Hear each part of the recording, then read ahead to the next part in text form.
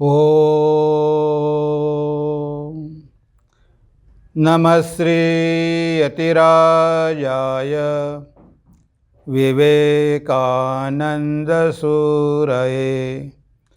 सच्चित्सुखस्वरूपाय स्वामिने तापहारिणे स्वामिने तापहारिणे। प्रिय बंधू भगिनींनो, नमस्कार।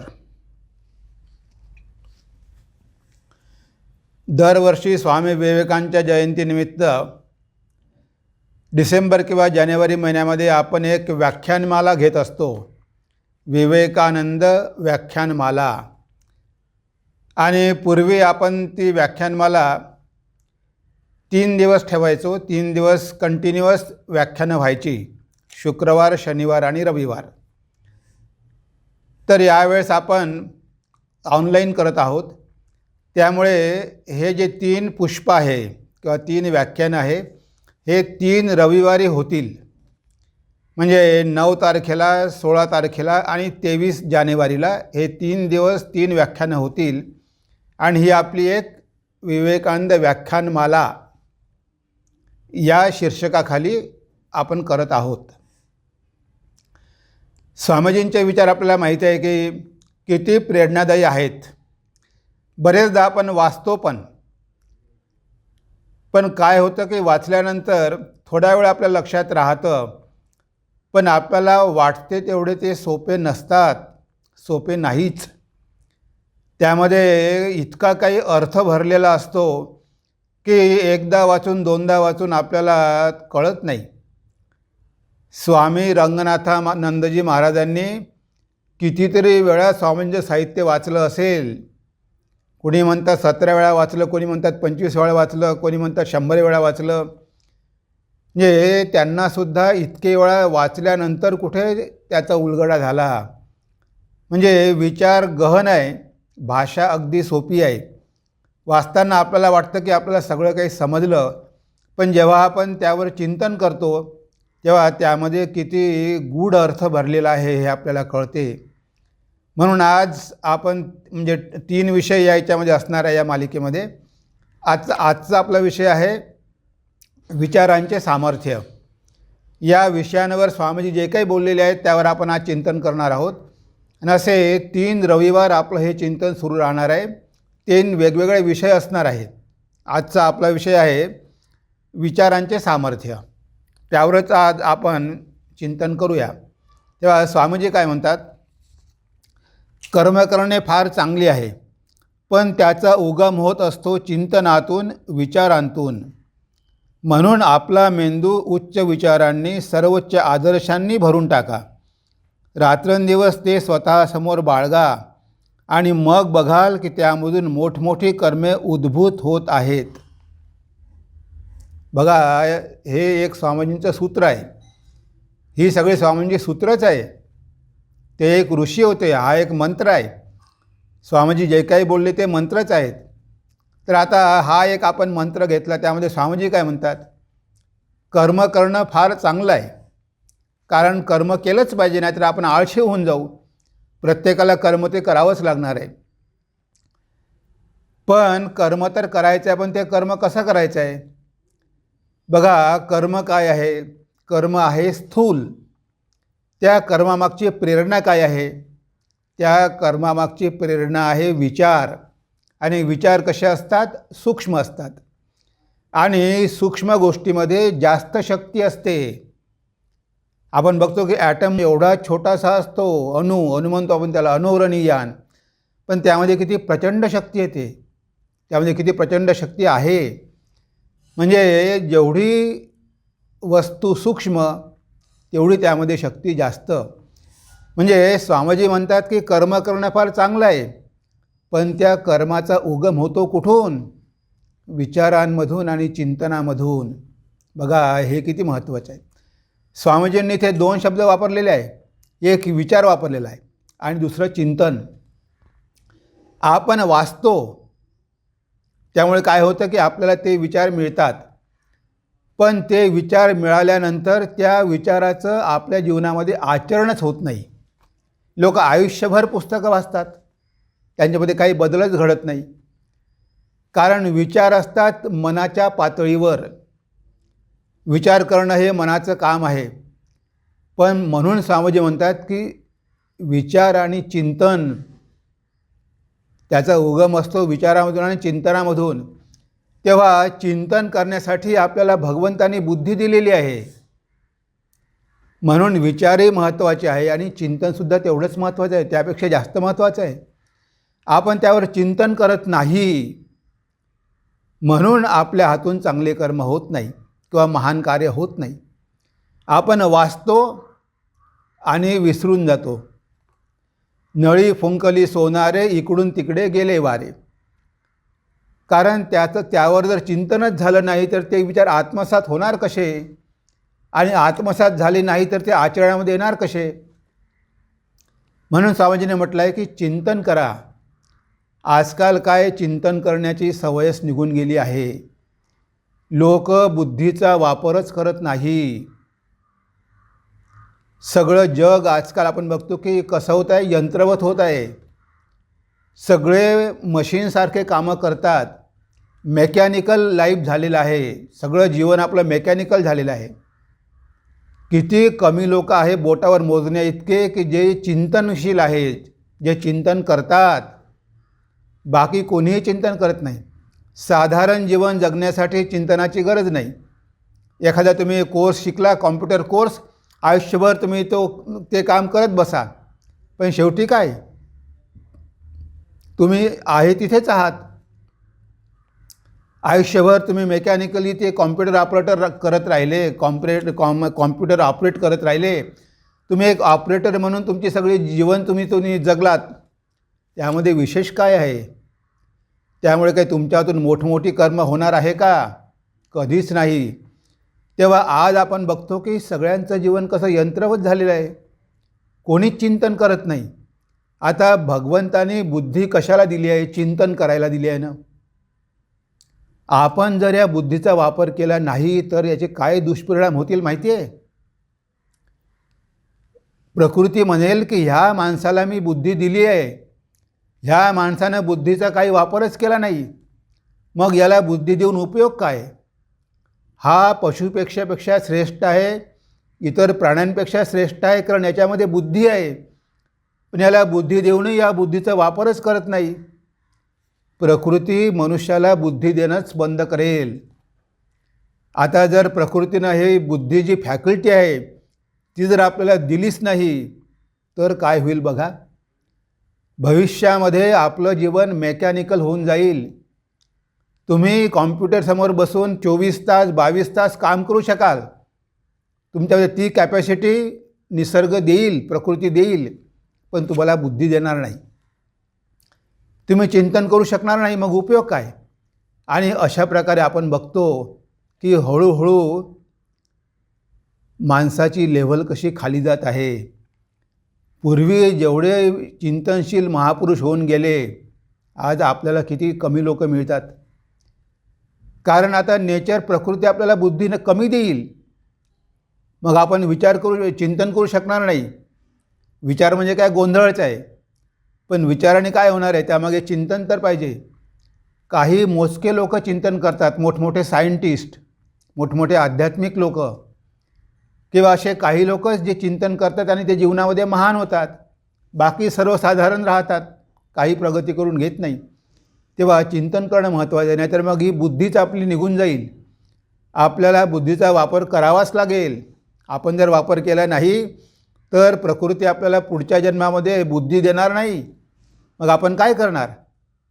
कोणत्याही कामाबद्दल आपण चांगले चिंतन करू शकणारच नाही. म्हणजे कोणतंच काम आपलं क्रिएटिव्ह होणार नाही, जिनियस राहणार नाही, ओरिजिनल होणार नाही. दुसऱ्याचं बघून ते ॲटोमॅटिक होऊन जाईल. एक कोर्स करायचा, आयुष्यभर तेच करत राहायचं. म्हणून स्वामीजींनी इथे काय सांगितलं आहे की त्याचा उगम होत असतो चिंतनातून आणि विचारांतून. म्हणून आपला मेंदू उच्च विचारांनी, सर्वोच्च आदर्शांनी भरून टाका. बघा किती महत्त्वाचं आहे. आपला मेंदू उच्च विचारांनी भरून टाका. त्या मेंदूमध्ये तुम्ही चांगले विचार टाका. तुम्ही त्या मशीनमध्ये चांगले विचार टाकले, चांगला कच्चा माल टाकला तरच तुम्हाला चांगलं प्रॉडक्ट मिळेल ना. तुम्ही मनामध्ये जर चांगले विचार टाकले तर बुद्धीला त्यावर चिंतन करता येईल ना. तर तुमच्या मनामध्ये जर हीन विचार असेल, अश्लील विचार असेल, तर बुद्धी त्या विचारावरच चिंतन करेल, कारण त्या बुद्धीला तुम्ही चांगला मालच दिला नाही. म्हणून स्वामीजी म्हणतात की तुमचा मेंदू उच्च विचारांनी भरून टाका. उच्च विचारांनी म्हटलं आहे आणि सर्वोच्च आदर्शांनी भरून टाका. आता उच्च विचार म्हणजे काय की आपल्याला जर मोठमोठी कर्म करायची असेल तर आपल्याला उच्च विचार करावे लागतील.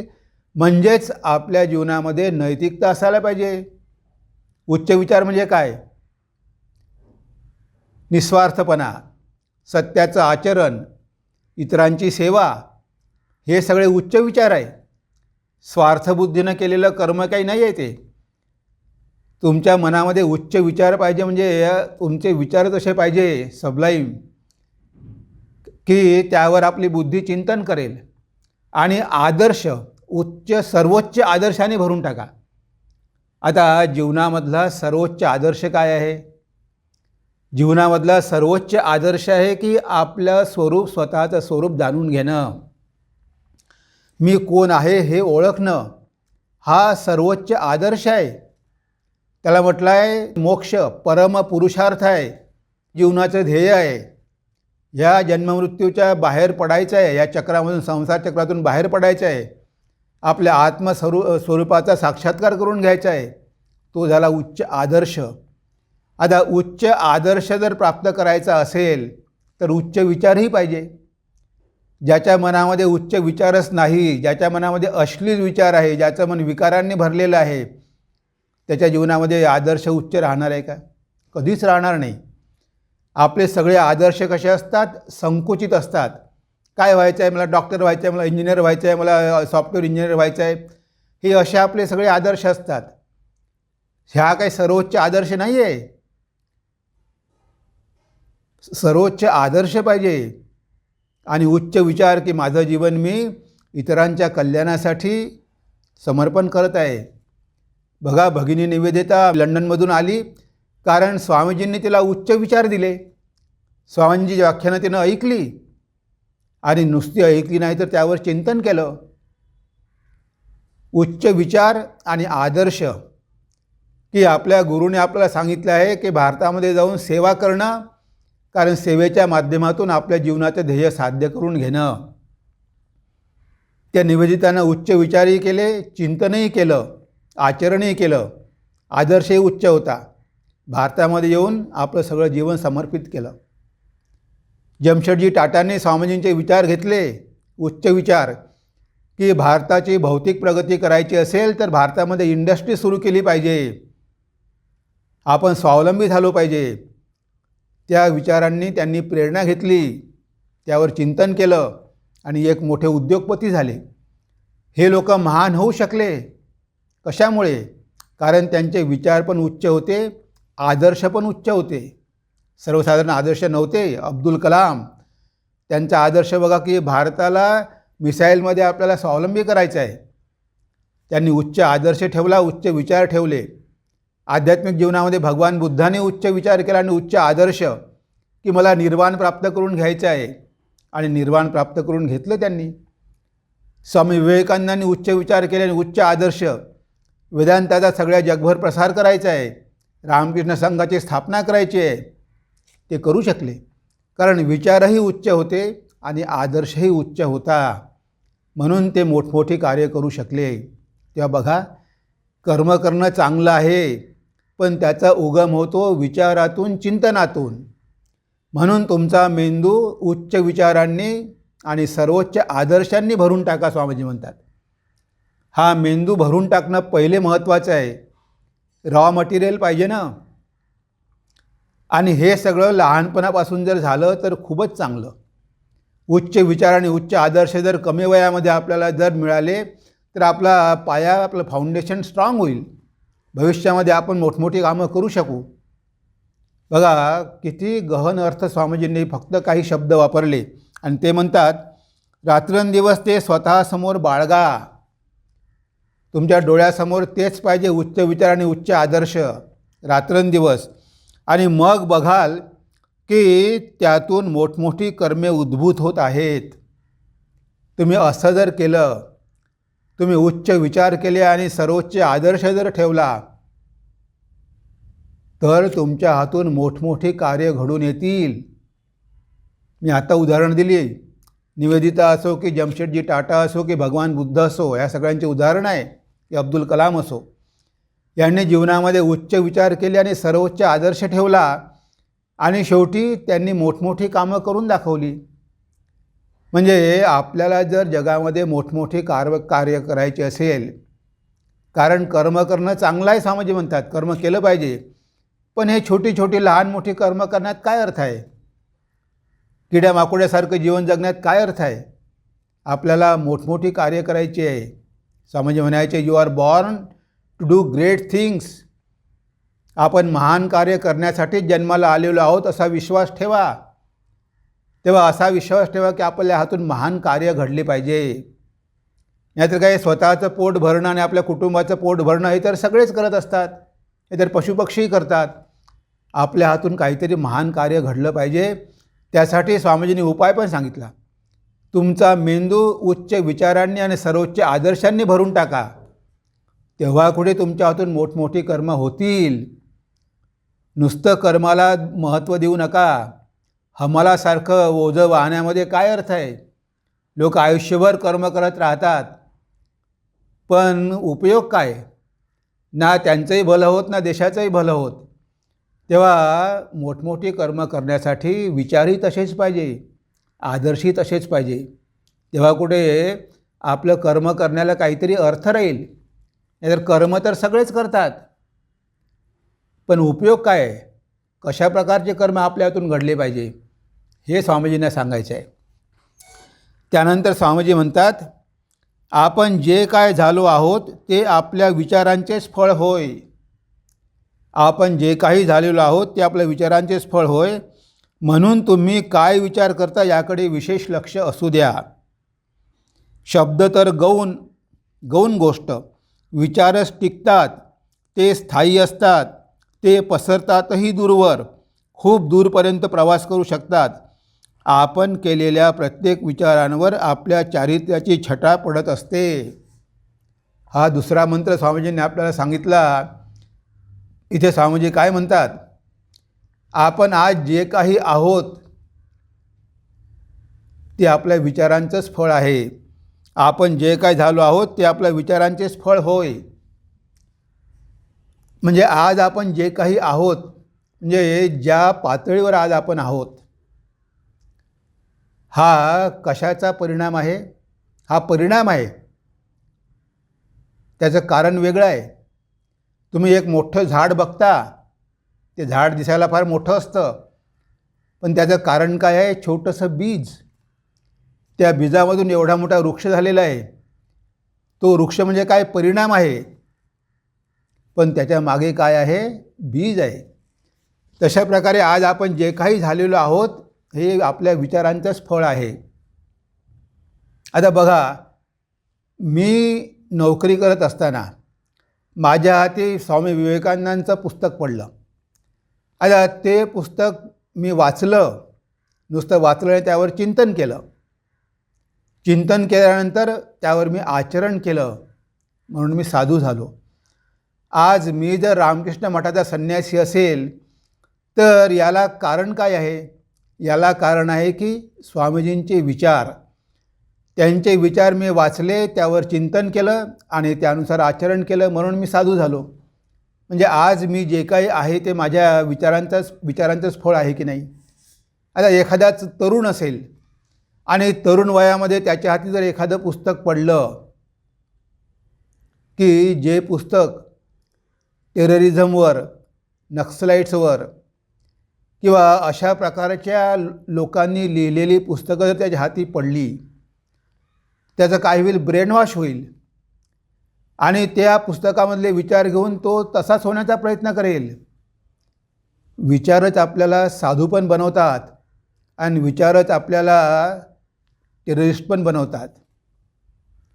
बघा कशामुळे, एक टेररिस्ट झाला, एक नक्सलाईट झाला, हे दुसरे काही लोक समाजकंटक झाले, समाजविरोधक झाले. हे कशामुळे झाले ते? कारण त्यांना तशा प्रकारचे विचार मिळाले आणि त्याच विचारांनी त्यांनी चिंतन केलं त्याच विचारांवर आणि त्यामुळे त्यांचं जीवन तशा प्रकारचं घडलं. म्हणजे आज आपण जे काही आहोत, चांगलं असो की वाईट असो, हे स्वामीजींना म्हणायचं आहे. हे आपण चांगलं आहोत, आपलं भाग्य आहे, भगवंताची कृपा आहे की आपल्या हाती चांगली पुस्तकं पडली, चांगले विचार ऐकायला मिळाले, आपल्या जीवनाला एक चांगली दिशा मिळाली. पण हीच वाईट पण दिशा मिळू शकते, शेवटी काही विचारच आहे ना. आणि कधीकधी तर इतकं काही एक्साइटिंग आणि ब्रेन वॉशिंग असतं त्या पुस्तकामध्ये की ताबडतोब मनावर परिणाम होतो आणि लोक मग वाईट मार्गाने जायला लागतात. हे सगळं कसं आहे, विचारांचा प्रभाव आहे. आपल्यावर कशा विचारांचा प्रभाव पडू द्यायचा, कशा विचारांचा इन्फ्लुएन्स आपल्यावर पडू द्यायचा, हे शेवटी आपल्याला ठरवायचं आहे. कोणताही धर्म सांगत नाही की तुम्ही इतरांची हिंसा करा, अहिंसा परमो धर्म. मग इस्लाम असो, ख्रिश्चॅनिटी असो, हिंदुइझम असो, कोणी सांगत नाही की तुम्ही इतरांची हिंसा करा. आपले शास्त्र सांगतात परोपकाराय पुण्याय पापाय परपीडनाम. इतरांना मदत करणं, इतरांची सेवा करणं, परोपकार करणं हेच पुण्य आहे. इतरांना त्रास देणं, कष्ट देणं, त्यांचा खून करणं पापाय परपीडनाम. इतरांना पीडा देणं हे काय पाप आहे. सरळ सरळ सांगितलं आहे पाप आणि पुण्य काय. आता कोणत्या धर्म आपल्याला पाप करायला सांगत नाही, पण दुर्भाग्यानं काही लोकांच्या हाती अशा प्रकारची पुस्तकं पडतात, तसल्या प्रकारचे विचार ते वाचतात, त्यामुळे प्रभावित होतात आणि जीवनामध्ये वाईट कृत्य करायला प्रवृत्त होतात आणि आपलं सगळं एवढं महत्त्वाचं जीवन नष्ट करून टाकतात. हा कशाचा परिणाम आहे? हा विचारांचाच परिणाम आहे. म्हणून स्वामी विवेकानंद म्हणतात आपण जे काय झालो आहोत ते आपल्या विचारांचेच फळ होय. तुम्ही आज जे काही आहात ते तुम्हाला तुमच्या विचारांनीच बनवलेलं आहे. म्हणून तुम्ही काय विचार करता याकडे विशेष लक्ष ठेवा. म्हणून तुम्ही काय विचार करता यावर आपलं बारीक लक्ष पाहिजे. आपलं मन कसल्या प्रकारचे विचार करत आहे यावर आपलं लक्ष पाहिजे. याला आपण काय म्हणतो, लक्षाला वॉच पाहिजे, त्यावर आपलं बारीक लक्ष पाहिजे. आता फक्त हा एक शब्द लक्षात ठेवा, watch, WATCH.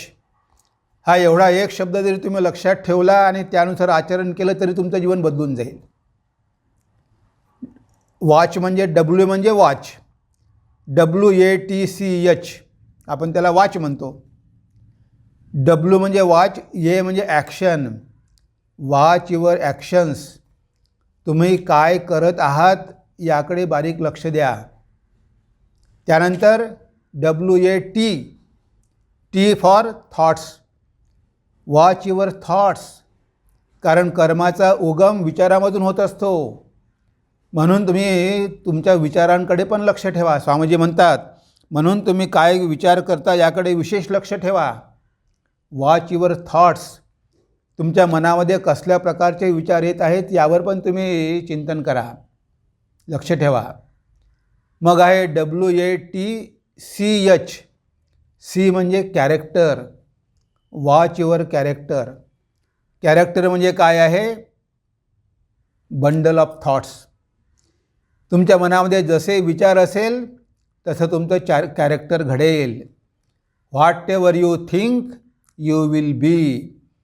If you think you are strong, strong you will be. If you think you are weak, weak you will be. तुम्ही जसा विचार कराल तसेच तुम्ही होऊन जाल.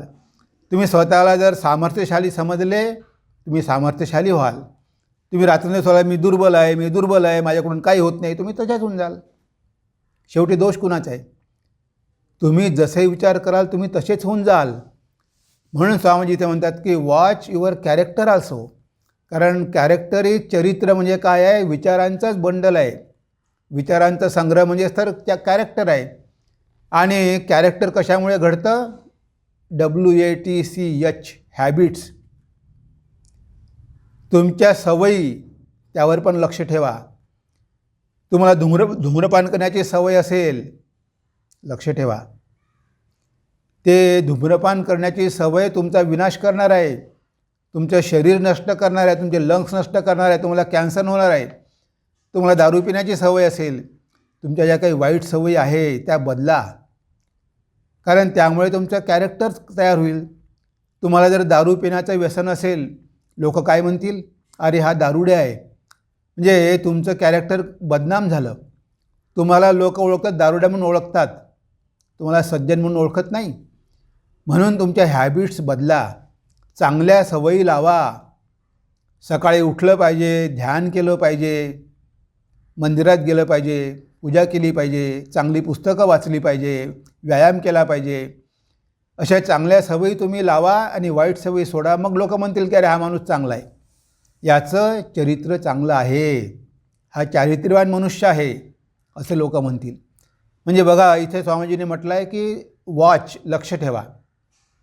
तुमच्या विचारांवर लक्ष ठेवा. फक्त विचारावरच नाही, कर्मावर, चारित्र्यावर आणि तुमच्या सवयीवर पण लक्ष ठेवा.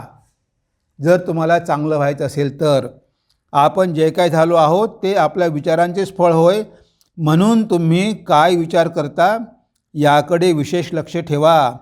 शब्द तर गौण आहे, विचारच टिकतात, ते स्थायी असतात, ते पसरतातही दूरवर. म्हणजे स्वामीजी काय म्हणतात की ते स्थायी असतात.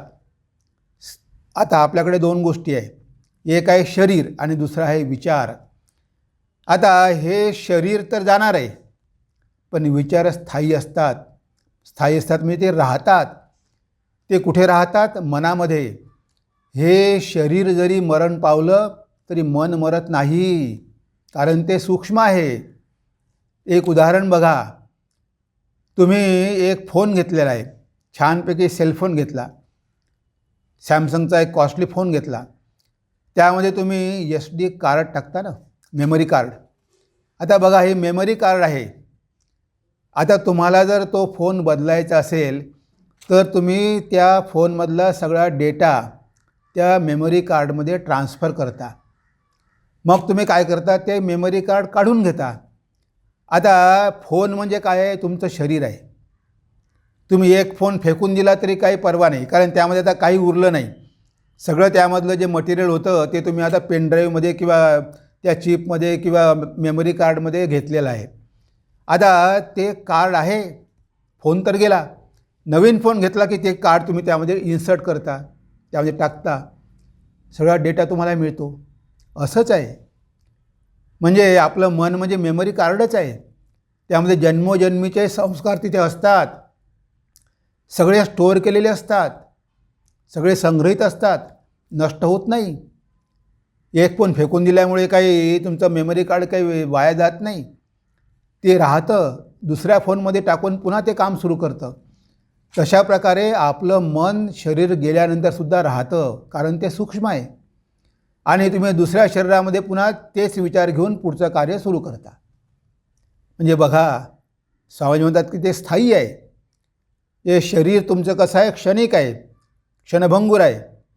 पण मन मात्र तेवढं क्षणभंगूर नाही. जोपर्यंत तुम्हाला आत्मसाक्षात्कार होत नाही तोपर्यंत ते मन राहतं.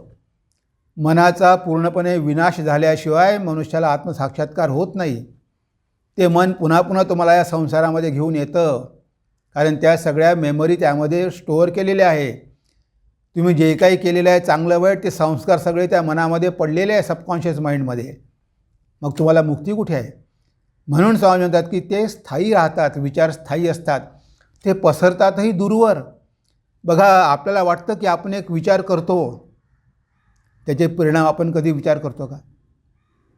आपण विचार करताना हा विचार केला पाहिजे की हा जो मी विचार करत आहे, हा विचार माझ्यापर्यंत मर्यादित राहणार नाही, तो पसरणार आहे. कारण ते एक स्पंदन आहे, व्हायब्रेशन आहे. विचार म्हणजे काय? व्हायब्रेशन आहे. ते आपल्या मनामध्ये येतं, आणि निघून जातं, ते राहत नाही. कधीकधी तुमच्या मनामध्ये खूप चांगले विचार येतात, तुम्ही लिहून ठेवा लगेच, ते दुसऱ्या क्षणी राहणार नाही. मग तुम्ही कितीही आठवण्याचा प्रयत्न कराल तरी ते विचार पुन्हा येणार नाही. ते आले तुमच्या मनामध्ये आणि ते निघून पण गेले. म्हणजे तुम्ही समजा एखादा विचार केला तर तो विचार जाईल, दूरवर प्रवास करेल. तुमच्या मनामध्ये क्रोध असेल, तुम्हाला क्रोध आलेला असेल, तो क्रोधाचा विचार तुम्ही आता वातावरणामध्ये सोडलेला आहे, ते व्हायब्रेशन तुम्ही आता सोडलेलं आहे. बघा, तुम्ही तर काय केलं, तुमचं मन तर खाली आणलंच, पण तुम्ही वाईट विचार सोडल्यामुळे ते वाईट विचार जाऊन इतरांच्या मनावर परिणाम करतील. हा विचार तुम्ही कधी केला का? आता एक रेडिओ आहे तुमच्याकडे, त्या रेडिओमध्ये वेगवेगळी स्टेशन आहेत. आता तुम्ही ज्या स्टेशनवर ट्यून कराल ते सेंटर तुम्हाला मिळेल. तुम्हाला नागपूर केंद्र पाहिजे, नागपूरवर ट्यून करा. पुणे पाहिजे, पुण्यावर करा. मुंबई पाहिजे, मुंबईवर करा. तर तुम्ही जशा प्रकारे ते ट्यून कराल तुमचा रेडिओ, त्या प्रकारे तुम्हाला ऐकू येईल. म्हणजे त्या सगळ्या प्रकारचे व्हायब्रेशन वातावरणामध्ये आहे की नाही. नागपूर जे काही ब्रॉडकास्ट करते ते पण आहे, पुण्याचं पण आहे, बॉम्बेचं पण आहे, सगळे आहे. पण तुमचं ट्युनिंग महत्त्वाचं आहे. तुम्ही जशा प्रकारे रेडिओ ट्यून कराल तेच सेंटर त्या रेडिओमध्ये येईल. आता ही सगळी मनं आहेत, असंख्य मनं आहेत. आता एखाद्याने जर आपलं मन त्या विचारावर ट्यून केलं, त्याला राग आला असेल, म्हणजे त्याने क्रोधाच्या विचारावर मन आपलं ट्यून केलं, त्याने ते आपलं चॅनल उघडल्याबरोबर तुमचे सगळे क्रोधाचे विचार त्याच्या मनामध्ये शिरतील आणि त्याचा क्रोध अजून वाढेल. कारण त्यानं आता आपलं माइंड खालच्या पातळीवर आणलेलं आहे आणि तुम्ही विचार सोडलेले आहेत ते खालच्या पातळीचे. आता ते त्याच्या मनाला बरोबर जाऊन अटॅक करतील. म्हणजे तुम्ही इतरांवर पण त्याचा परिणाम करता. तुम्ही चांगले विचार केले, तुम्ही म्हटलं सगळ्यांचं कल्याण हो, सर्वे भवन्तु सुखिनः. ज्या ठिकाणी लोक दुःखी आहेत, ज्यांना कष्ट होत आहेत, हे तुमचे चांगले विचार जाऊन त्यांना मदत करतील, त्यांना आराम मिळेल.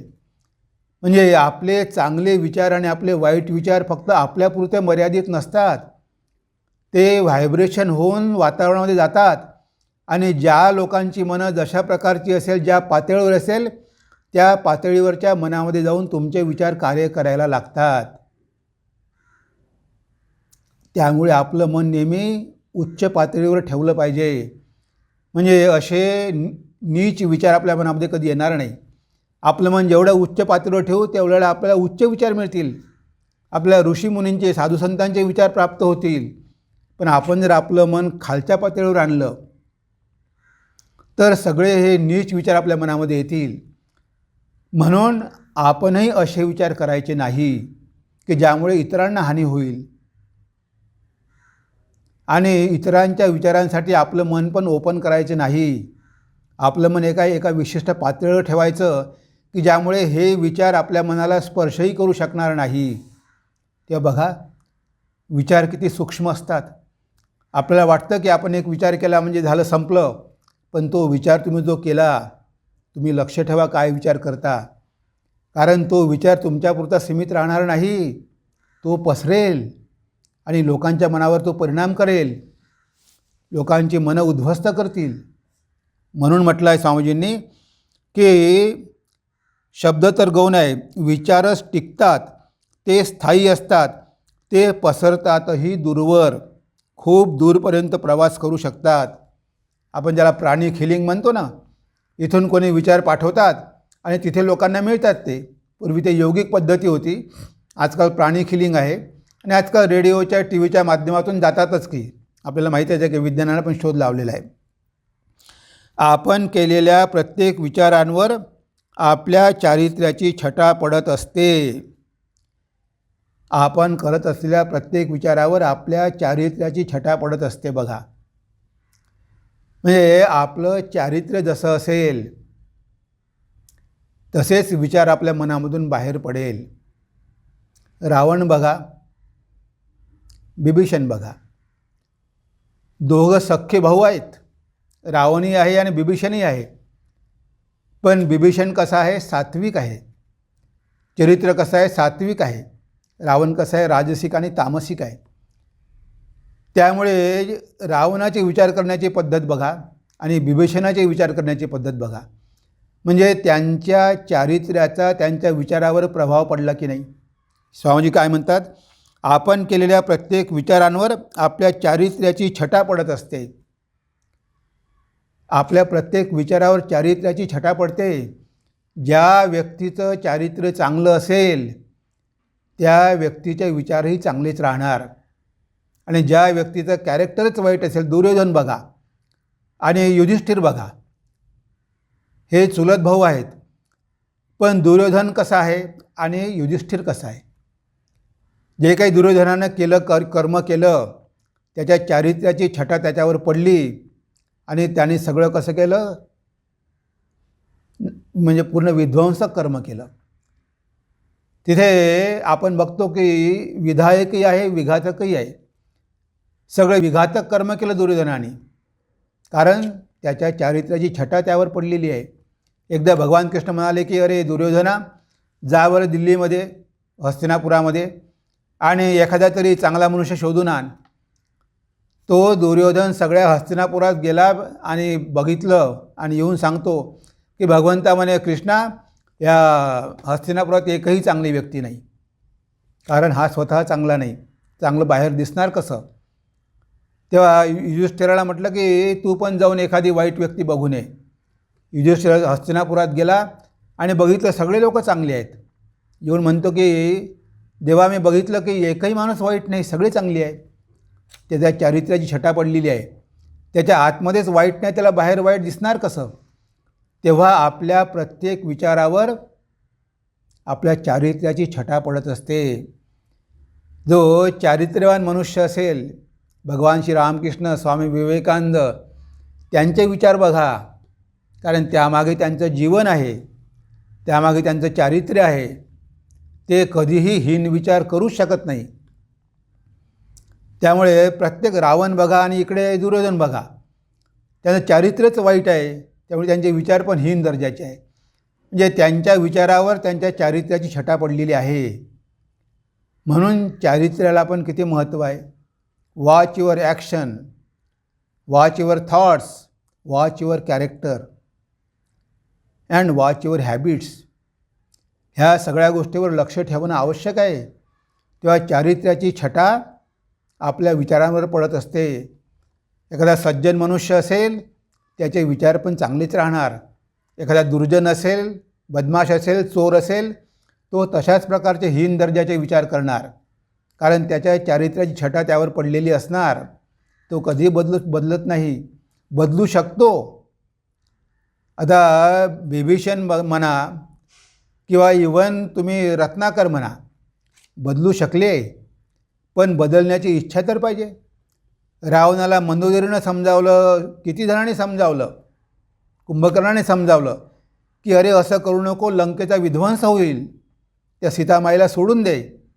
त्यानं कुणाचंच ऐकलं नाही. आता हे असे लोक ऐकत पण नाही, चांगली गोष्ट स्वीकार करण्याची त्यांची तयारी पण नसते, कारण त्याच्या मनामध्ये इतके काही वाईट विचार असतात आणि ते एवढे कन्व्हिन्स झालेले असतात की त्यांना वाटत नाही की हे सोडलं तर आपण चांगलं होऊ. ते तसेच राहू इच्छितात, कारण त्यांचे ते वाईट संस्कार इतके प्रबळ असतात की ते चांगल्या संस्कारांना आतमध्ये शिरूच देत नाही. बघा, आपल्याला वाटते विचार, पण विचार किती सूक्ष्म असतात बघा. शरीरापेक्षा विचार कितीतरी सूक्ष्म असतात. म्हणून हा मंत्रसुद्धा किती महत्त्वाचा आहे. त्यानंतर स्वामीजी काय म्हणतात, प्रत्येक वाईट विचाराची काही ना काही प्रतिक्रिया होतेच. प्रत्येक वाईट विचाराची काही ना काही प्रतिक्रिया होतेच. एखाद्या गुहेत बसून जरी एखादा द्वेषाचा विचार मनात आणला तरी तो संचित होऊन बसतो आणि एखाद्या दिवशी कोणत्या ना कोणत्या दुःखाच्या रूपाने तो फार प्रचंड अशी प्रतिक्रिया केल्याशिवाय राहत नाही. जर तुम्ही कोणाहीविषयी द्वेष व असूयाभाव प्रगट केलात तर तो चक्रवाढ व्याजानेशी तुमच्याकडे परत येईल. कोणतीही शक्ती याचा प्रतिकार करू शकणार नाही. बघा, आपल्या दुःखाचं कारण काय आहे? आपणच आहोत, आपले विचारच आहेत. आपल्या मनामध्ये एवढे काही विकार असतात आणि त्या विकाराला बळी पडून आपण कर्म करत असतो. त्यामुळे आपण काय होतं, दुःख ओढवून घेतो.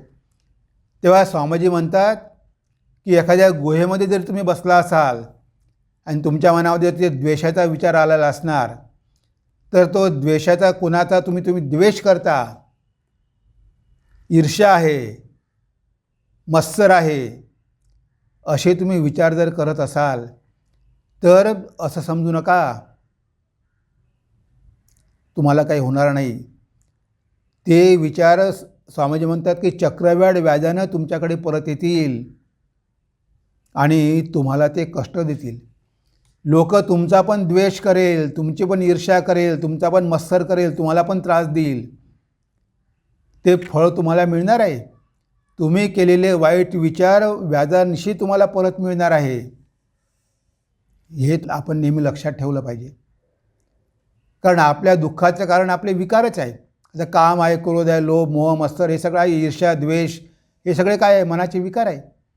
आणि हे परत येऊन आपल्याला कष्ट देतात, हे आपण कधीही विसरू नये. भगवान श्रीरामकृष्ण जीवनामध्ये घडलं आहे. ते म्हणायचे हृदयरामला, अरे हृदयराम, कोणाचाही द्वेष करू नको बरं का. जेव्हा तू भगवंताला प्रार्थना करतो भक्तीसाठी, ज्ञानासाठी, तेव्हा ह्यासाठी पण प्रार्थना कर की देवा, माझ्या मनामध्ये कोणाही विषयी द्वेषाची भावना येऊ नये. असं भगवान श्रीरामकृष्ण का सांगायचे? कारण सगळ्यामध्ये भगवंतच आहे, सगळ्यामध्ये आपणच आहोत. आता इतरांचा द्वेष करणं म्हणजे भगवंताचाच द्वेष करणं आहे. म्हणजे तुम्ही स्वतःचाच विनाश करताय, स्वतःचाच द्वेष करत आहात. त्याचं फळ तुम्हाला भोगावं लागेल की नाही. मग श्रीरामकृष्ण म्हणतात की कामापूरमध्ये एक बाई होती, ती सगळ्यांचा द्वेष करायची. तिला कोणीच आवडत नव्हतं, ती कोणाला घरी येऊच द्यायची नाही, एवढा ती सगळ्यांची द्वेष करायची. आणि शेवटी तिच्या पायाला गँग्रीन झालं. त्याचा दुर्गंध यायला लागला. तिला आता मदत पाहिजे होती. त्या द्वेष केल्यामुळे त्याचा परिणाम काय झाला, गँग्रीनमध्ये झाला. तो रोग तिला कशामुळे आला? इतरांचा द्वेष केल्यामुळे तो रोग आला तिला. त्या रोगाचं कारण कोण आहे? ती बाईच आहे. तिनं इतरांचा आयुष्यभर द्वेष केला, आता गँग्रीन झाला. तिला लोकांची मदत पाहिजे. आता लोक मदत करणार कसे? कारण त्या पायाचा एवढा दुर्गंध येत आहे की कोणी तिच्या जवळही जाऊ शकत नाही. आजपर्यंत तिनं लोकांना दूर ठेवलं. आता तिला लोकांची गरज आहे, मदतीची गरज आहे, सेवेची गरज आहे. आता मात्र कोणी तिच्या जवळच जाऊ शकत नाही, कारण दुर्गंधच एवढा आहे की ती सेवाच कोणी करू शकत नाही. म्हणजे बघा, त्यांनी उदाहरण दिलं की तू जर त्यांचा द्वेष केला तर बघ परिणाम काय होतात. जे परिणाम सांगितले की तिला गँग्रीनचं दुःख भोगावं लागलं. आणि एवढंच नव्हे तर तिनं द्वेष केल्यामुळे तिच्याजवळ कोणीही पुन्हा जाऊ शकलं नाही, कारण तीच दूर ठेवायची. आता लोक जवळ कसे येणार? म्हणजे बघा, त्यांनी उदाहरण देऊन दाखवलं. स्वामीजी अमेरिकेमध्ये होते. प्रतापचंद्र मुजुमदाराने स्वामींचा किती द्वेष केला, पण स्वामीजी त्याच्या विरोधात एकही शब्द बोलले नाही. त्यांनी इतका त्रास दिला, इतकी ईर्ष्या, मत्सर, द्वेष, कारण त्याच्या पोटापाण्याचा मार्ग होता. प्रवचनं द्यायचे आणि पैसे कमावायचे. स्वामीजी गेल्यामुळे काय खरं आहे ते लोकांना कळलं. आता कोण पैसे देणार? त्यामुळे स्वामींचा द्वेष करायचा. पण स्वामीजींनी मात्र कधीही कुणाचा द्वेष केला नाही. एक आश्रम होता हरिद्वारला. तिथे एक साधू राहत होता, महंत महाराज, आणि एक त्यांचा खजानजी होता, मॅनेजर, बिहारीलाल. एक दिवस एक ब्रह्मचारी त्या आश्रमात आला आणि जॉईन झाला. आता जॉईन केलं त्यांनी. तो 6 महिने राहिला तिथे, 6 महिने सेवा केली. एक दिवस आश्रमामधले पैसे घेऊन तो पळून गेला. 6 महिने गायब. 6 महिन्यानंतर पुन्हा तो आश्रमात आला आणि तो महाराजांना म्हणाला की महाराज, माझ्या हातून चूक झाली आहे, मला ठेवून घ्या. आणि महाराजांनी त्या ब्रह्मचार्याला पुन्हा आश्रमात ठेवून घेतलं. आता हा बिहारीला जो मॅनेजर होता ना, तो म्हणाला की महाराज, हे तुम्ही काय केलं? ह्या मुलानं 6 महिन्यापूर्वी आश्रमातल्या पैशाची चोरी केली, हा चोर आहे, आणि तुम्ही पुन्हा त्याला ठेवून घेतलं. म्हणजे तुम्हाला काहीच व्यावहारिक ज्ञान नाही. तुम्ही साधू असाल पण उपयोग काय? तुम्हाला व्यावहारिक ज्ञान मुळीच नाही. त्या चोराला पुन्हा ठेवलं तो पुन्हा चोरी करेल. तेव्हा ते महाराज म्हणाले की बिहारीलाल, तू म्हणतो आहेस की मला व्यावहारिक ज्ञान नाही, नाही तुला आहे ना? नाही हो मला आहे, मी नसतं ठेवलं म्हणे त्याला. म्हणे तुझं घर आहे म्हणे, तुझ्या घरी तुझा मुलगा राहतो आहे, तुझ्या मुलानं तुझ्या खिशामधून पैसे काढून जर तो निघून गेला, पळून गेला, तुझ्या खिशातले पैसे काढून घरचे पैसे घेऊन तो चोरी करून तो पळून गेला आणि म्हणे सगळे पैसे उडवले आणि 6 महिन्यानंतर तो घरी परत आला, तर तू काय करशील म्हणे? तू त्याला घराबाहेर काढून देशील का, की त्याला पोलिसामध्ये देशील? नाही म्हणे, मी त्याला घरी ठेवून घेईल, मी त्याला पोलिसामध्ये देणार नाही, माझा मुलगा आहे. तुझा म्हणे एकच मुलगा आहे, ही सगळी म्हणे माझीच मुलं आहे, त्यांना मी कसा काय काढून देणार? म्हणजे तुझ्यापेक्षा मला जास्त व्यावहारिक ज्ञान आहे. तुझी ममता फक्त तुझ्या मुलावरच आहे, पण मला तर सगळीच माझीच मुलं वाटतात. मी त्याने चूक केली म्हणून त्याला की मी घराच्या आश्रमाच्या बाहेर काढून देणार आहे का म्हणे? तेव्हा बिहारीलालला कळलं की महाराजांना पण व्यावहारिक ज्ञान आहे. महाराजांनी त्या मुलाचा द्वेष केला नाही, त्याला चोर म्हटलं नाही, त्याला पोलिसात दिलं नाही, त्याला काढून टाकलं नाही, त्याला पुन्हा सुधारण्याची संधी दिली. असे असतात महापुरुष. म्हणून हा द्वेष करू नका स्वामीजी म्हणतात. आपल्या स्वामीजी काय सांगतात की प्रत्येक वाईट विचाराची काही ना काही प्रतिक्रिया होतेच. आपण विचार करताना कधी याकडे लक्ष देत नाही, पण आपण जेव्हा वाईट विचार करतो त्याची आपल्यावर प्रतिक्रिया होतेच. आपलं शरीर जे काही बनतं आहे ते आपल्या विचारानेच बनलेलं आहे. समाज म्हणतात की एखाद्या लोखंडाचा गोळा असेल आणि तो लोहा त्यावर काय करतो, आघात करतो आणि त्याला पाहिजे तसं त्याला आकार देतो. एखादा जर मूर्ती करत असेल तर पहिले तो मूर्ती कशी करतो, पहिले मनामध्ये करतो आणि मग काय करतो, त्याला आघात करतो त्या मार्बलला आणि त्या मार्बलवर आघात करून करून करून करून त्यामध्ये ती मूर्ती तयार होते. आता ती मूर्ती म्हणजे विचार, त्याच्या मनामध्ये ती मूर्ती होती, ती आता ती प्रगट झाली. आपलं शरीर आता जे दिसते हे शरीर कशामुळे झालं? आपल्या विचाराच्या परिणामामुळेच आपल्याला हे शरीर मिळालेलं आहे. ज्या प्रकारचं शरीर मिळालं आहे हे आपल्या विचारांनीच आपलं शरीर घडवलेलं आहे. विचारच, आपले संस्कारच आपलं शरीर घडवत असते, त्याचा आपल्या शरीरावर परिणाम होत असतो. म्हणजे प्रतिक्रिया होतेच. एखाद्या गुहेत बसून जरी एखादा द्वेषाचा विचार मनात आणला तरी तो संचित होऊन बसतो आणि एखाद्या दिवशी कोणत्या ना कोणत्या दुःखाच्या रूपाने तो फार प्रचंड अशी प्रतिक्रिया केल्याशिवाय राहत नाही. तो विचार संचित होऊन बसतो आणि प्रचंड अशी तुमच्यावर प्रतिक्रिया होते. मग तुम्हाला तेव्हा कळत नाही तुम्हाला की हे असं का होत आहे, पण ते आपोआप होत नाही, त्याला कारण तुम्हीच आहात. तुम्ही इतरांचा द्वेष केला म्हणून तुमच्या घरी आता तुमची बायका मुलं सगळी तुमचा द्वेष करत आहे, तुम्हाला घरातून काढून लावत आहे. हे आपोआप होत नाही. तुम्ही आयुष्यभर द्वेष केला असेल लोकांचा म्हणून त्याचं फळ तुम्हाला आता मिळत आहे. तुमच्या घरचेच लोक तुमचा द्वेष करत आहे. याला कोणीही जबाबदार नाही, तुम्ही स्वतः जबाबदार आहात. जर तुम्ही कोणाही विषयी द्वेष व असूयाभाव प्रगट केलात तर तो चक्रव्याढ व्याजानेशी तुमच्याकडे परत येईल. कोणतीही शक्ती याचा प्रतिकार करू शकणार नाही, कोणतीही शक्ती याचा प्रतिकार करू शकणार नाही.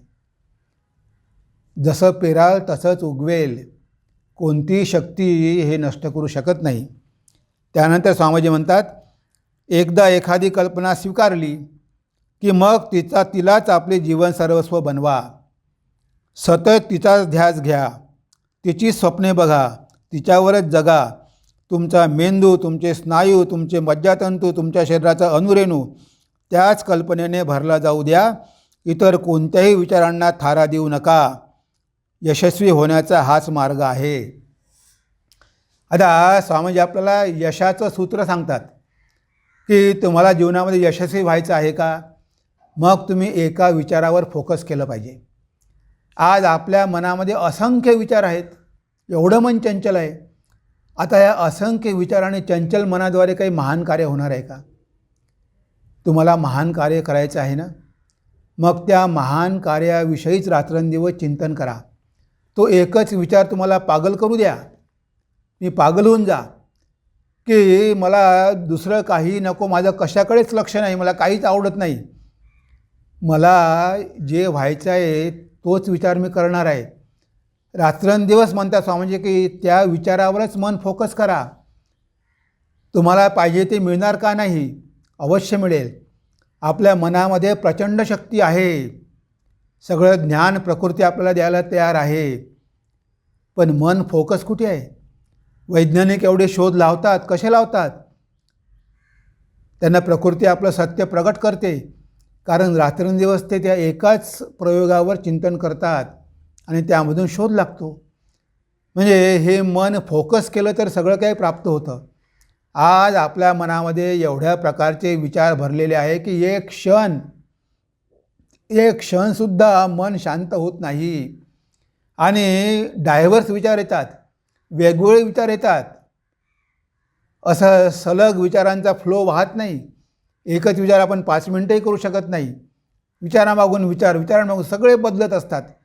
एका विचार दुसऱ्या विचाराची काही संबंध नसतो. असं होता कामा नये. एकच विचार घ्या. तुम्हाला जे कार्य जीवनामध्ये करायचं आहे त्याचाच ध्यास घ्या. त्यासाठी पागल व्हा. तुमचा मेंदू, तुमचे मज्जातंतू, तुमचं ब्रेन सगळं रात्रंदिवस त्याच विचारावर फोकस होऊ द्या. त्यामधून तुम्हाला यश मिळणार आहे. जोपर्यंत मन एकाग्र होत नाही तोपर्यंत कधीही तुम्हाला जीवनामध्ये कोणत्याही क्षेत्रामध्ये यश मिळणं शक्य नाही. तुम्हाला यश पाहिजे असेल तर मनाला फोकस करणं शिका. तुम्हाला जीवनामध्ये जे काही व्हायचं आहे ते अवश्य तुम्हाला प्राप्त होईल. पण मनाची एकाग्रता कुठे आहे? एवढं चंचल मन आहे, एवढे हजारो विचार मनामध्ये पडलेले आहे. कशामध्येच मन लागत नाही, कशातच मन रमत नाही. कसं जीवनामध्ये यश मिळणार? हे पण लक्षात ठेवा. विचार तर आहेच, पण एक विचार धरून तुम्ही जीवनामध्ये पुढे जा. तो कोणताही विचार असो, पण जर तुमचं चारित्र्य चांगलं असेल तर मात्र तुमचा विचार नेहमी उच्चच राहणार आहे. तुमचा आदर्श नेहमी उच्चच राहणार आहे, कारण तुमच्या चारित्र्याचा प्रभाव त्यावर पडणार आहे. चारित्र्य निर्मिती सगळ्यात महत्त्वाची. मग तुमचं जीवनाचं ध्येय ठरवा. चारित्र्यवान पहिले बना, मग ध्येय ठरवा. आणि ते ध्येय कसं ठेवा? आदर्श तुमचा उच्च ठेवा. त्यासाठी आयुष्यभर प्रयत्न करा, त्यावरच चिंतन करा. मग वैज्ञानिक व्हायचं असो की तुम्हाला साधक व्हायचं असो, तुम्हाला ईश्वर लाभही होईल आणि या जगातल्या सगळ्या गोष्टी प्राप्त होतील.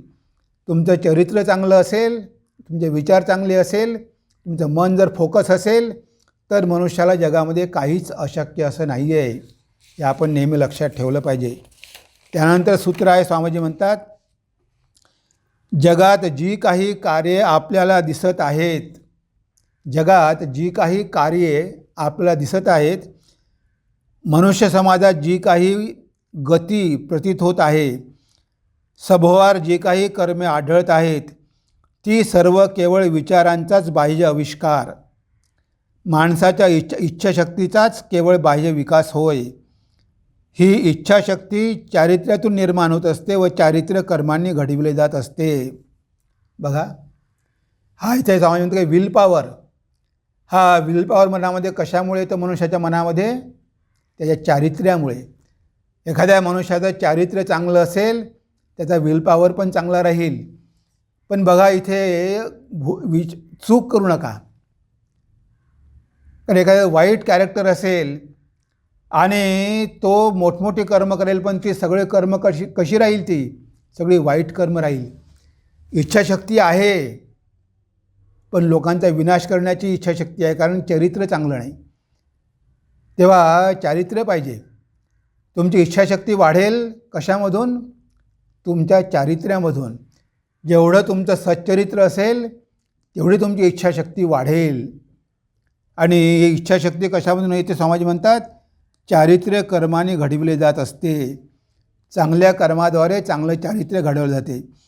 आणि जगात जे काही कार्य आपल्याला दिसत आहेत, मनुष्य समाजात जे काही गती प्रतीत होत आहे, सभोवार जे काही कर्मे आढळत आहेत, ती सर्व केवळ विचारांचाच बाह्य आविष्कार होय. तुम्हाला जगामध्ये जे काही दिसतं आहेत हे काय आहे? परिणाम आहे. हे बाह्य प्रगट झालं आहे, पण हे प्रगट होण्यापूर्वी हे कुठे होतं? हे मनामध्ये होतं. ताजमहल झालेला आहे, एवढा मोठा ताजमहल बांधलेला आहे, पण तो ताजमहल पूर्वी होता कुठे? तो ताजमहल त्या कारागिराच्या आर्किटेक्ट जो होता त्याच्या मनामध्ये होता. त्यानं मनामध्ये ताजमहालाचं स्वप्न बघितलं होतं, म्हणून नंतर तो ताजमहल फक्त उभा राहिला. कोणती गोष्ट बघा, हावरा ब्रिज बघा, रामकृष्ण मठ बघा, हे सगळं तुम्हाला बाहेर जगामध्ये दिसत आहे. समाजामध्ये प्रगती होत आहे. ही प्रगती जी होत आहे, एवढे मोठे वैज्ञानिक झालेले आहेत, एवढ्या मिसाईल झालेल्या आहे, हे जे काही तुम्हाला दिसतं आहे ते कशामधून आलेलं आहे? विचारामधून आलेलं आहे. हे पहिले सूक्ष्म स्वरूपामध्ये होतं आणि मग ते वस्तुरूपाने किंवा ह्या जगाच्या रूपानं प्रगट झालं. म्हणून समाजामध्ये जे काही घडत आहे, जे काही होत आहे, जे काही चांगली कर्म होत आहे, जे काही मोठमोठे कार्य झालेले आहेत, त्या सगळ्यांचा उगम कुठून झाला आहे? विचारामधून झालेला आहे. म्हणून स्वामीजी म्हणतात की हे सगळं तुम्हाला जे काही दिसतं तो विचारांचा परिणाम आहे. कारण कोणतीही गोष्ट विचार केल्याशिवाय होत नाही. प्रत्येक गोष्टीच्या मागे प्लॅनिंग पाहिजे. तुमचं योग्य प्लॅनिंग असेल तर ते कार्य पण तसंच होणार. कार्य आपल्याला सगळ्यांना डोळ्याने दिसते, पण ते कार्य आज तुम्हाला दिसते आहे ते कुणाच्या तरी मनामध्ये लपलेलं होतं. तुम्हाला आता सगळीकडे बल्ब दिसते, ट्यूबलाईट दिसते, हे सगळं दिसते, पण त्याच्या मागे कोण आहे? एडिसन आहे. त्याच्या मनामध्ये पहिले त्या विद्युतनं जन्म घेतला, त्याने कुठे मग त्या बल्बचा शोध लावला, तेव्हा कुठे आज आपल्याला लाईट मिळतो आहे. म्हणजे पहिले तो कुणाच्या तरी मनामध्ये विचार होता. आता विमान आहे, कुणाच्या तरी मनामध्ये विमानाची संकल्पना होती, त्याने ती बाहेर प्रगट केली. अजूनही कितीतरी शोध लागतील, कारण ते सूक्ष्मरूपामध्ये आहेच, विचाररूपामध्ये आहेच. तेव्हा ते विचार जेव्हा प्रगट होतात तेव्हा त्याला आपण म्हणतो हे बाह्य जगत. पण हे बाह्य जगत कशाचा परिणाम आहे? आपल्या विचारांचा परिणाम आहे. विचार सूक्ष्म असतात, ते दिसत नाही, पण ते मनामध्ये कार्य करत असतात. स्वामीजींनी एवढं मोठं कार्य केलं, त्यांच्या मनामध्ये ही संकल्पना होती. आपण मोठमोठ्या लेण्या बघतो, वेरूळचा हे आहे, लेणी आहे, कैलास लेणी आहे. हे जे लेणी झाली आहे ही कुणाच्या तरी मनामध्ये होती की आपल्याला अशी लेणी करायची आहे, असं मंदिर करायचं आहे. ती संकल्पना मनामध्ये होती, विचाररूपानं होती, ती आता बाहेर प्रगट झालेली आहे. बघा, म्हणजे विचाराची शक्ती किती आहे. जगात जी काही कार्य आपल्याला दिसत आहेत, मनुष्य समाजात जी काही गती प्रतीत होत आहे, सभोवार जी काही कर्मे आढळत आहेत, ती सर्व केवळ विचारांचाच बाह्य आविष्कार, माणसाच्या इच्छाशक्तीचाच केवळ बाह्य विकास होत. ही इच्छाशक्ती चारित्र्यातून निर्माण होत असते व चारित्र्य कर्मांनी घडविले जात असते. शिवाजी महाराजांनी विचार केला, आपल्याला हिंदवी स्वराज्य स्थापन करायचं आहे. त्यांच्या मनामध्ये हा विचार होता आणि म्हणून त्यांनी तो प्रकाशित केला आणि ते आता त्यांनी हिंदू साम्राज्य निर्माण केलं, मराठा साम्राज्य निर्माण केलं, हिंदवी राज्य निर्माण केलं. पण तो विचार त्यांच्या मनामध्ये होता. तेव्हा हे विचार रूपानं असतात, फक्त बाहेर जे दिसतं ते त्या विचारांचं प्रगटीकरण असतं. त्यानंतर शेवटला आहे, जड जर शक्तिमान असेल तर चिंतन वा विचार सर्व शक्तिमान असतात. ह्या विचारांचा, ह्या चिंतनांचा, ह्या ध्यानाचा स्वतःच्या जीवनावर परिणाम होऊ द्या. आपले जीवन त्याने प्रभावित होऊ द्या. स्वतःच्या सर्व शक्तिमत्वाच्या, स्वतःच्या महिम्याच्या, स्वतःच्या गौरवाच्या चिंतनाने स्वतःला भरून टाका. आता हा सगळ्यात उच्च विचार आहे, तो स्वामीजींनी आपल्याला दिलेला आहे. स्वामीजी काय म्हणतात की जर शक्तिमान असेल तर चिंतन वा विचार सर्व शक्तिमान असतात. ह्या विचारांचा, या चिंतनांचा, या ध्यानाचा स्वतः जीवनावर परिणाम होऊ द्या. आपले जीवन त्याने प्रभावित होऊ द्या. स्वतःच्या सर्व शक्तिमत्वाच्या, स्वतःच्या महिम्याच्या, स्वतःच्या गौरवाच्या चिंतनाने मन भरून टाका. म्हणजे काय? स्वतःचा गौरव, स्वतःचा महिमा, स्वतःचं सर्व शक्तिमत्ता कशामध्ये आहे? हे सगळं आहे आपल्या आत्म्यामध्ये. म्हणजे सगळ्यात उच्च चिंतन कोणतं आहे? आत्मचिंतन. कारण तुम्ही सर्वशक्तिमान आहात. आत्मा कसा आहे? आत्मशक्ती सगळ्यामध्ये आहे. ही सर्व शक्तिमत्ता तुमच्यामध्ये आहे. All power is within you. You can do anything and everything. म्हणजे तुम्ही जर आत्मचिंतन केलं, तुमच्यामधलं आत्मचैतन्य जागृत केलं, तर ह्या जडामध्ये जी शक्ती आहे ती काही नाही आहे. त्या जडापेक्षा अनंत पटीनं शक्ती त्या चैतन्यामध्ये आहे. स्वतःच्या शक्तिमत्वाचा विचार करा. स्वामीजी एका ठिकाणी संस्कृत श्लोक म्हणतात, किन्नामे रोदिशी सखे त्वयि सर्व शक्ती आमंत्रयश्च भगवन् भगदम स्वरूपम त्रैलोक्यमेत अखिलम तव पादमूले आत्मैव हि प्रभवते न जडक कदाचित. स्वामी एका पत्रामध्ये लिहितात, करे बाबा तू रडतो का? की नाम रोदिशी सखे, मित्रा तू का रडतोस? अरे तुझ्यामध्ये सगळी शक्ती आहे. की नामे रोदिशी सखे त्वयि सर्व शक्ती, तुझ्यामध्ये अनंत शक्ती आहे. आमंत्रयश्च भगवन् भगदम स्वरूपम, अरे तुझ्या त्या आत्मस्वरूपाला आव्हान कर, त्याला प्रगट कर. Teach yourself, teach your even his real nature. Call upon the sleeping soul and see how it awakes. Power will come, glory will come, goodness will come, purity will come. Everything that is excellent will come to you when the sleeping soul is roused to self-conscious activity. जेव्हा तुमच्यामधलं आत्मचैतन्य जागृत होईल तेव्हा काय होईल? त्याला बोलाव, आमंत्रित कर, इन्व्हाइट कर, त्याला जागृत कर. मग काय होईल? Power will come, glory will come, goodness will come, purity will come. सगळं काही चांगलं विल कम, सगळं काही तुम्हाला येईल तुमच्या जीवनामध्ये. अरे बाबा ते तुझ्यामध्ये आहे, फक्त प्रगट करणं. आणि मग म्हणतो त्रैलोक्य मिळतं अखिलम तव पादमूले. हे सगळे त्रैलोक्य तुझ्या पायाशी पडलेलं आहे. त्रैलोक्य मिळतं अखिलम, हे सगळं अखिल त्रैलोक्य तव पादमूले तुझ्या तळाशी पडलेलं आहे, पायाशी पडलेलं आहे. आत्मय वही प्रभवते न जडक कदाचित. आत्माच प्रकाशित करत असतो या सगळ्यांना. जड प्रकाशमान नाही, ते जडच आहे. जडामध्ये काय शक्ती आहे? त्या जडाची शक्ती ह्या आत्म्यामुळे आलेली आहे. ह्या शरीरामध्ये आत्मा आहे म्हणून हे शरीर प्रकाशित झालेलं आहे. तो आत्मा गेला तर हे शरीर तर मुर्द आहे, जड आहे. हे काय हाडामासाचा पिंजरा आहे, पंचभूताचा बनलेला आहे. याच्यामध्ये काय शक्ती आहे? ह्या शरीरामध्ये शक्ती कशाची आहे? त्या चैतन्याची आहे. चैतन्य शरीराला प्रकाशित करतो. म्हणून म्हटलं आहे की आत्मा ही प्रभावतेनं जडक कदाचित. म्हणजे चिंतन कशाचं करा? आत्म्याचं करा, चैतन्याचं करा. जडाचं करू नका. जडाच्यापेक्षा कितीतरी प्रमाणात जास्त शक्ती तुमच्या आत्म्यामध्ये आहे. आणि हा सगळ्यात सर्वोच्च विचार आहे. आत्मचिंतन, आत्मविचार हे करणं हे सगळ्या जीवनातलं मुख्य उद्दिष्ट आहे. एक कोटेशन आपण बघूया.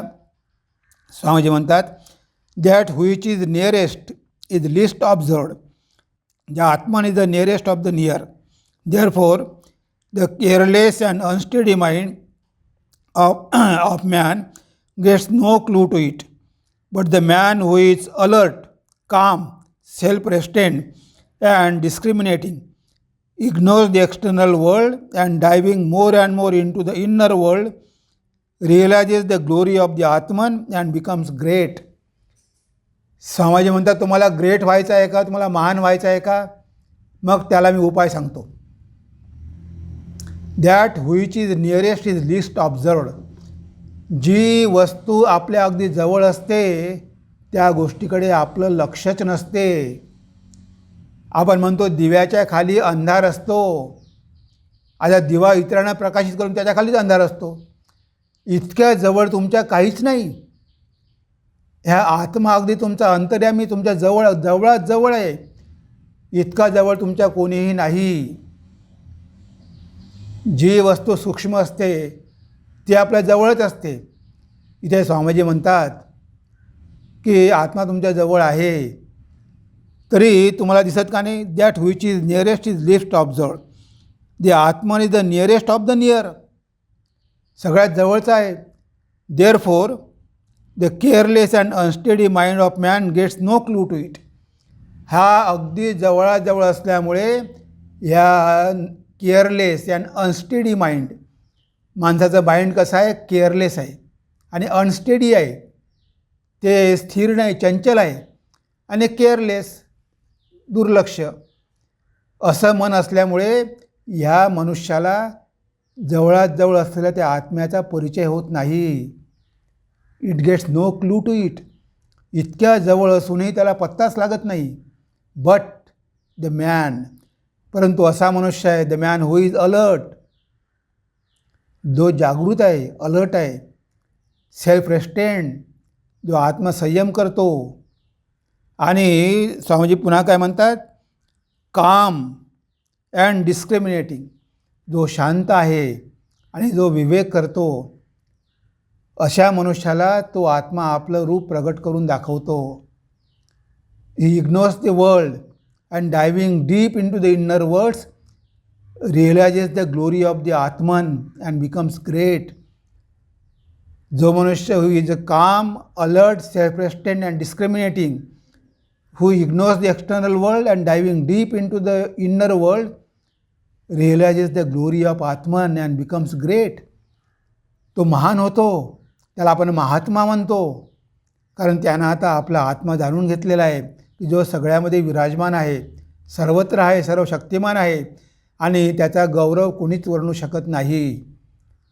कठोपनिषद म्हणतात कठोपनिषदामध्ये आहे श्लोक, अनोरणीयान महतो महीयान आत्मश्य जंतो निहितो गुहायाम तमक्रतु पश्यति वीत शोक धातू प्रसादात महिमान आत्मनहम.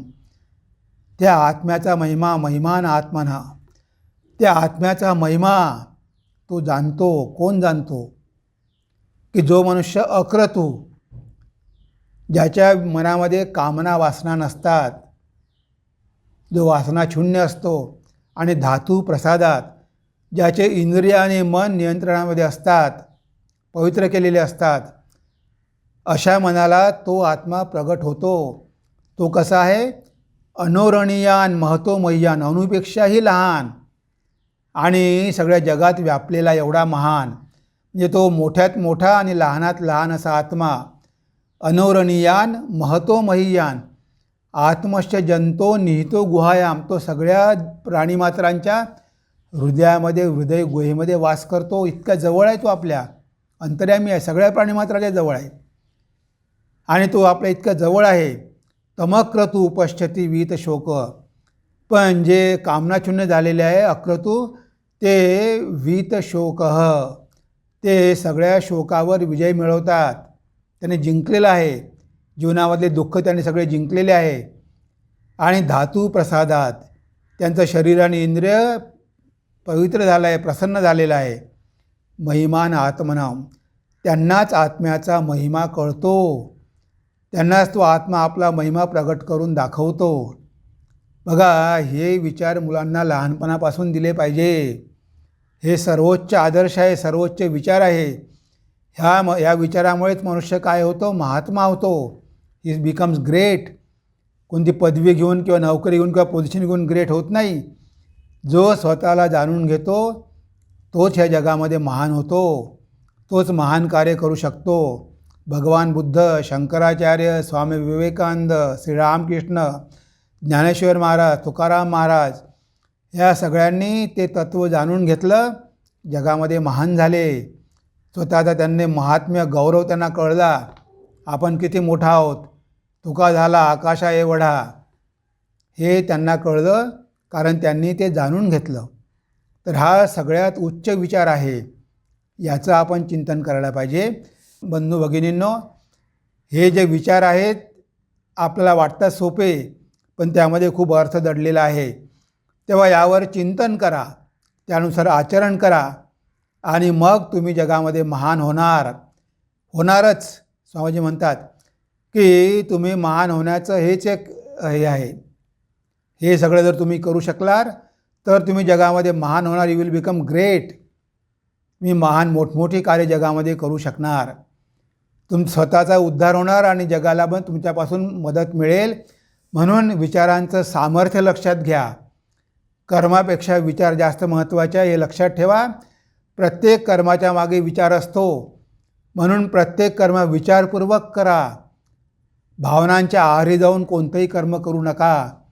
कोणतेही कर्म करण्यापूर्वी 10 वेळा विचार करा, मग ते कर्म करा. तरच तुम्ही पुढे जाऊ शकाल. कारण विचार तर हीन पण असतात आणि महान पण असतात. सगळ्या हीन विचारांना टाकून द्या. उच्च विचारांचा आदर्श घ्या. उच्च आदर्श ठेवा, उच्च विचार ठेवा. त्यानुसार आपलं जीवन घडवा आणि तुम्हाला जीवनामध्ये यश मिळाल्याशिवाय राहणार नाही. तेव्हा आज आपण चिंतनाला इथेच विराम देऊया. नमस्कार. धन्यवाद. ओम सर्वे भवन्तु सुखिनः, सर्वे सन्तु निरामया, सर्वे भद्राणि पश्यन्तु, मा कश्चित् दुःखभाग् भवेत्, मा कश्चित् दुःखभाग् भवेत्. ओम शांति शांति शांतिः. हरिः ओम तत्सत्. श्रीरामकृष्णार्पणमस्तु.